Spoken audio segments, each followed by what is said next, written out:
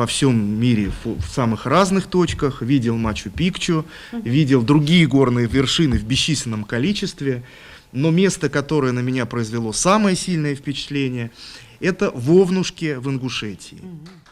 Участники форума сообщества за 2 дня успеют увидеть не только красоту нашей Родины, но и поближе познакомиться с традиционными практиками культурного и исторического развития общества, с его ценностями и методикой работы с подрастающим поколением. Мероприятие в Ингушетии проходит по инициативе Общественной палаты республики и поддержки главы региона Махмуда Али Калиматова. Организаторы встречи рассказывают представителям СМИ о программе форума, необходимости обсудить культурные и духовные ценности, взаимодействие органов власти и местного самоуправления. Председатель комиссии Общественной палаты России по межрегиональным и межрелигиозным отношениям и миграции Владимир Зорин уверен, форум поможет обменяться опытом работы в этом направлении. Это будут круглые столы, один по миграции, тема очень актуальная в стране, идет острая такая дискуссия. Должен сказать, что в целом, если взять у нас там северокавказские регионы, то тут дискуссия взвешенная, но заинтересованная. И вот мы готовы обсудить эту тематику и с учетом взгляда региона, округа, республики и также с учетом позиций федеральных инспекторов. Вот там экспертов. Тема форума «Величие России, сохранение наследия и многовековых традиций». Для нашей страны всегда были и будут на первом месте ценности. Обсудят участники встречи и вопросы развития туризма. Уделят большое внимание также работе некоммерческих организаций. Я уже начала вчера знакомиться с вашими некоммерческими организациями, благотворительными фондами. И вообще, конечно, удивляет, что, в общем-то, республика небольшая, что на самом деле организации такие работают в совершенно разных сферах, их много, они такие интересные, они такие разные. Вот. И благотворительные, например, фонды, это отдельная история, какие у вас прекрасные фонды, там вот я посмотрела, и там благотворительный фонд, Центр психологической помощи ДАРП, и фонд МЯЛ, и благотворительный фонд ТЕШАМ, и чего только нету. Ну и другие НКО, там, центры психологической помощи. Очень много организаций спортивных, которые занимаются всякими оздоровительными программами. В рамках форума участники поближе познакомятся с качеством жизни нашего региона. Председатель комиссии Общественной палаты России по жилищно-коммунальному хозяйству, строительству и дорогам Галина Дзюба отмечает практику создания удобств и комфорта для жителей в Ингушетии. Прекрасные дороги, чистота в городе на самом деле, но особенности как раз вот с доступной средой, она выделена у вас полоска отдельно, не всегда коляска большего размера может поместиться в этот съезд.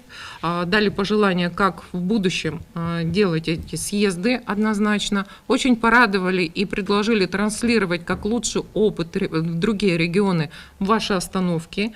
Вот я объехала немало городов Российской Федерации, такой остановки, вот Андрей Николаевич меня поддержит, мы не видели нигде на самом деле.